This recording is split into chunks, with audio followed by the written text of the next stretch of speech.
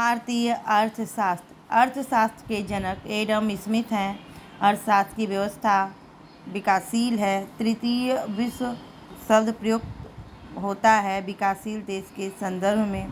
पूंजीवादी तथा समाजवादी अर्थव्यवस्था अपनाने वाला पहला देश अमेरिका तथा रूस है। विश्व की सबसे बड़ी अर्थव्यवस्था अमेरिका की है। विश्व की दूसरी सबसे बड़ी अर्थव्यवस्था चीन की है।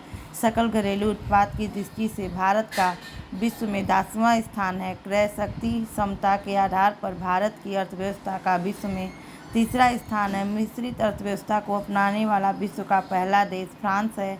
भारत में मिश्रित अर्थव्यवस्था है। मिश्रित अर्थव्यवस्था का अर्थ है निजी तथा सार्वजनिक क्षेत्रों का सह-अस्तित्व। मिश्रित अर्थव्यवस्था का प्रारंभ 1948 में हुआ। मानव विकास रिपोर्ट 1990 में संयुक्त राष्ट्र विकास कार्यक्रम जारी करता है। मानव विकास सूचकांक का आकलन जीवन प्रत्याशा, शिक्षा का स्तर एवं प्रति व्यक्ति आय के आधार पर किया जाता है।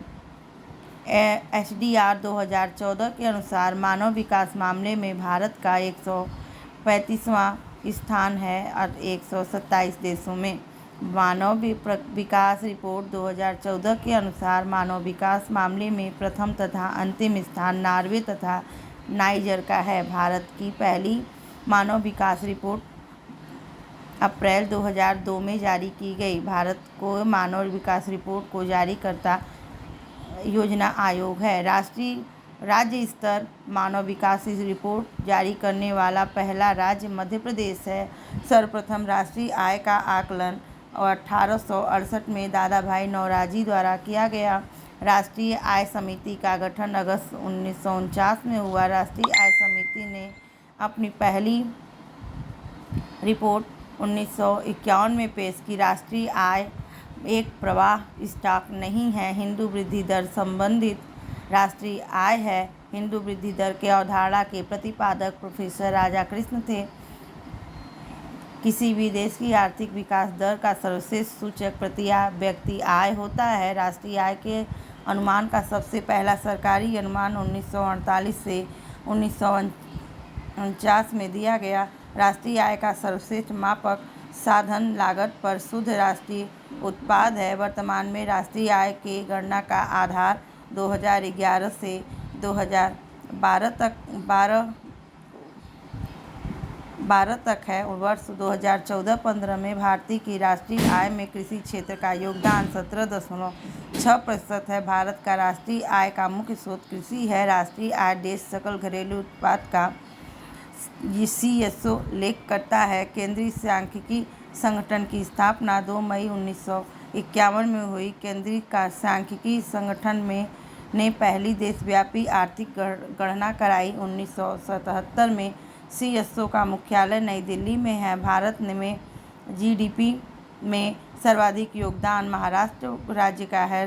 राष्ट्रीय लेखा सांख्यिकी श्वेत पत्र को कहा जाता है। श्वेत पत्र CSO प्रकाशित करता है। भारतीय सांख्यिकी संस्थान कोलकाता में है। 2014-15 में GDP में प्राथमिक क्षेत्र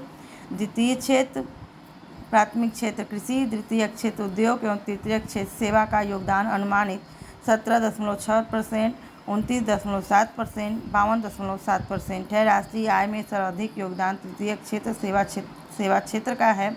प्राथमिक क्षेत्र संबंधी कृषि, पशुपालन, मत्स्य पालन से है। द्वितीय क्षेत्र संबंधी विनिर्माण, निर्माण, विद्युत, जलपूर्ति से है। तृतीय क्षेत्र संबंधी सेवा क्षेत्र, व्यापार, परिवहन, संचार क्षेत्र से है।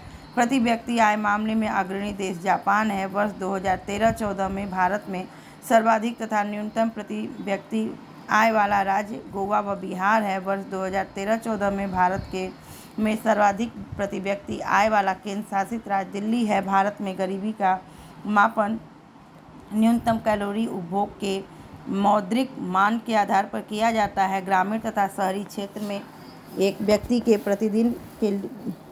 प्रतिदिन के भोजन में 2400 कैलोरी तथा 2100 कैलोरी होनी चाहिए। भारत में गरीबी का आकलन लकड़वाला फार्मूला के आधार पर किया जाता है। लकड़वाला फार्मूला की स्वीकृति 11 मार्च 1997 को योजना आयोग द्वारा दी गई। अंत्योदय कार्यक्रम का उद्देश्य है गरीबों में सबसे गरीब की सहायता करना। अंत्योदय कार्यक्रम का सर्वप्रथम प्रारंभ राजस्थान में है। भारत में बेरोजगारी संबंधित आंकड़े राष्ट्रीय प्रतिवर्ष सर्वेक्षण द्वारा किए जाते हैं। भारत के कृषि क्षेत्र में पाई जाने वाली बेरोजगारी अदृश्य प्रच्छन्न बेरोजगारी है। व्यापक चक्र की मंदी के समय उत्पन्न बेरोजगारी चक्रीय बेरोजगारी कहलाती है। ग्रामीण क्षेत्रों में पाई जाने वाली बेरोजगारी मौसमी बेरोजगारी कहलाती है। शहरी क्षेत्रों में पाई जाने वाली बेरोजगारी खुली प्रत्यक्ष बेरोजगारी कहलाती है। वित्तीय वर्ष की अवधि 1 अप्रैल से 11 मार्च तक है। प्रथम वित्त आयोग का गठन 1951 में हुआ। वित्त आयोग का गठन राष्ट्रपति द्वारा अनुच्छेद 280 के तहत होता है। वित्त आयोग के प्रथम अध्यक्ष केसी नियोगी हैं। वित्त आयोग के अध्यक्ष की नियुक्ति राष्ट्रपति करता है। वित्त आयोग का कार्यकाल 5 वर्ष का होता है। वित्त आयोग के सदस्यों की संख्या 5 होती है, अध्यक्ष सहित। अब तक गठित वित्त आयोग की संख्या 14 है। 14वें वित्त आयोग का गठन 2013 में हुआ। 14वें वित्त आयोग की अवधि 2015 से 20 है। 14वें वित्त आयोग के अध्यक्ष Y.V. रेड्डी हैं। वित्त आयोग का मुख्य कार्य केंद्र तथा राज्य के बीच राजस्व का बंटवारा करना है। 6वें वेतन आयोग के अध्यक्ष V.N. कृष्णा हैं। योजना आयोग का गठन 15 मार्च 1950 को 1946 में गठित नियोगी समिति के सिफारिश पर किया गया। योजना आयोग का प्रस्ताव जॉन मथाई ने दिया। योजना आयोग परामर्शदात्री एवं गैर संवैधानिक संस्था थी। योजना आयोग का अध्यक्ष प्रधानमंत्री था। योजना आयोग के प्रथम अध्यक्ष एवं उपाध्यक्ष क्रमशः पंडित जवाहरलाल नेहरू तथा गुलजारी लाल नंदा थे। योजना आयोग का मुख्य कार्य था पंचवर्षीय योजना का निर्माण तथा रूपरेखा तैयार करना। योजना आयोग के अंतिम अध्यक्ष एवं उपाध्यक्ष नरेंद्र मोदी तथा मोंटेक सिंह आहलूवालिया हैं।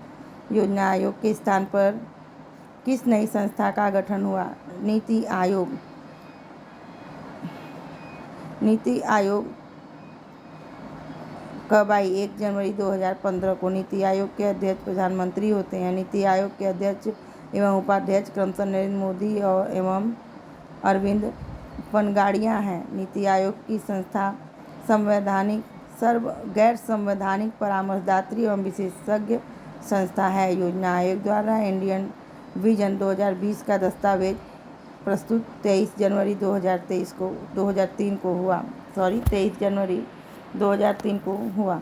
इंडियन विजन 2020 के सकल घरेलू उत्पाद लक्ष्य 9% निर्धारित है। सुपर कैबिनेट योजना आयोग को कहा जाता है। राष्ट्रीय विकास परिषद का गठन 6 अगस्त 1952 को हुआ था। एनडीसी संस्था गैर संवैधानिक है। एनडीसी का अध्यक्ष प्रधानमंत्री होता है। राष्ट्रीय विकास परिषद के सदस्यों में केंद्रीय मंत्रिमंडल के सदस्य, राज्यों की मुख्यमंत्री, केंद्र शासित राज्यों के प्रशासक तथा योजना आयोग के सदस्य शामिल होते हैं।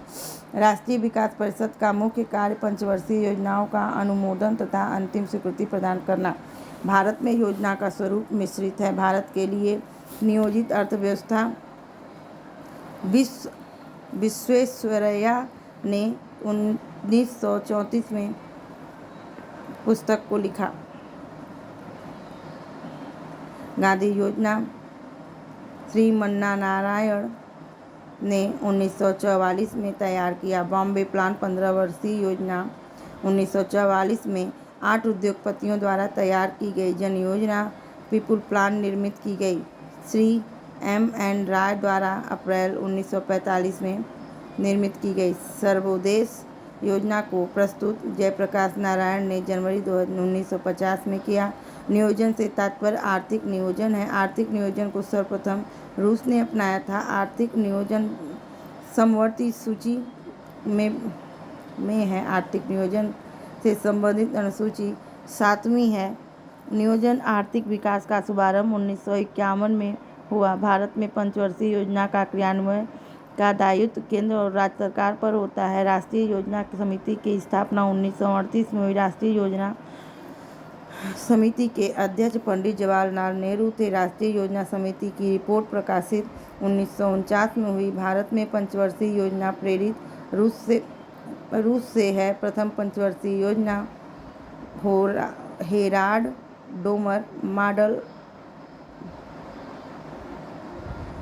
मॉडल पर आधारित है। प्रथम पंचवर्षीय में प्राथमिकता कृषि को बल दिया गया। द्वितीय पंचवर्षीय में योजना पीसी मालनोविस के मॉडल पर आधारित है। द्वितीय पंचवर्षीय योजना में सर्वोच्च प्राथमिकता भारी एवं आधारभूत उद्योगों पर है।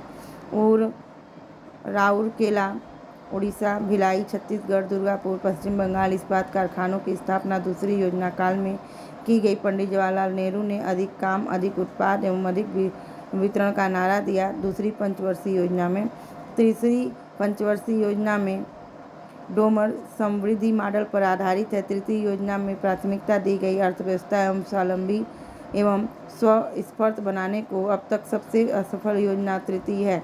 तृतीय योजना का विकास दर, लक्ष्य एवं प्राप्ति दर लक्ष्य 5.6% और 2.8% है। तृतीय पंचवर्षीय योजना के असफलता का कारण भारत पाक युद्ध 1956, भारत चीन युद्ध 1962 एवं भयंकर अकाल था।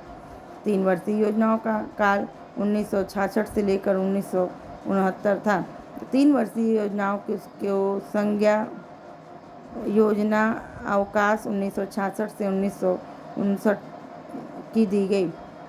हरित क्रांति एवं बोकारो स्टील प्लांट की स्थापना योजना अवकाश में शुरू हुई।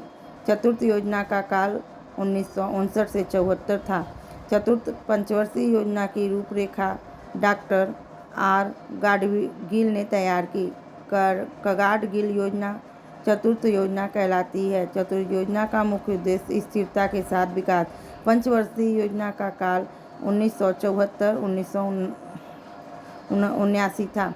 पंचवर्षीय योजना की रूपरेखा डीपी धर ने तैयार की। 5वीं योजना का मुख्य उद्देश्य गरीबों का उन्मूलन एवं आत्मनिर्भरता था। 1 वर्ष पूर्व में ही समाप्त योजना थी।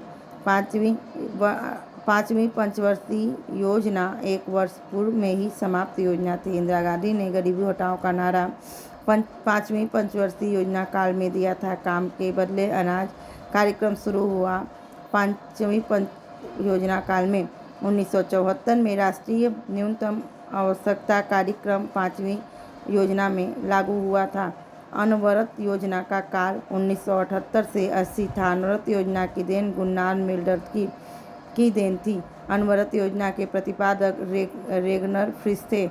अनवरत योजना गांधीवादी मॉडल पर आधारित थी। नाबार्ड की स्थापना 6वीं योजना काल 1980 से 85 में हुई थी। राष्ट्रीय ग्रामीण रोजगार योजना का प्रारंभ 6वीं योजना काल में हुआ था। 7वीं पंचवर्षीय योजना की रूपरेखा रामकृष्ण हेगड़े ने तैयार की थी। इंदिरा आवास योजना तथा जवाहर रोजगार योजना का प्रारंभ 7वीं योजना काल में हुआ था। नेहरू रोजगार योजना का प्रारंभ 7वीं योजना काल में हुआ था। 8वीं पंचवर्षीय योजना की रूपरेखा तैयार की गई थी प्रणब मुखर्जी ने। 8वीं योजना का मुख्य उद्देश्य था मानव संसाधन एवं विकास। अब तक की सर्वाधिक सफल योजना 8वीं पंचवर्षीय योजना थी। 8वीं योजना का विकास दर, लक्ष्य एवं प्रतिदर लक्ष्य 5.6% तथा 6.8% था। महिला समृद्धि योजना का प्रारंभ 8वीं योजना काल में हुआ था। प्रधानमंत्री रोजगार योजना की शुरुआत 8वीं योजना काल में हुई थी। 9वीं योजना का मुख्य उद्देश्य सामाजिक न्याय और समानता के आर्थिक समृद्धि थी। 10वीं योजना का काल 2002 से 2007 तक का था। अब तक की सबसे विकास दर वाली योजना 10वीं योजना थी।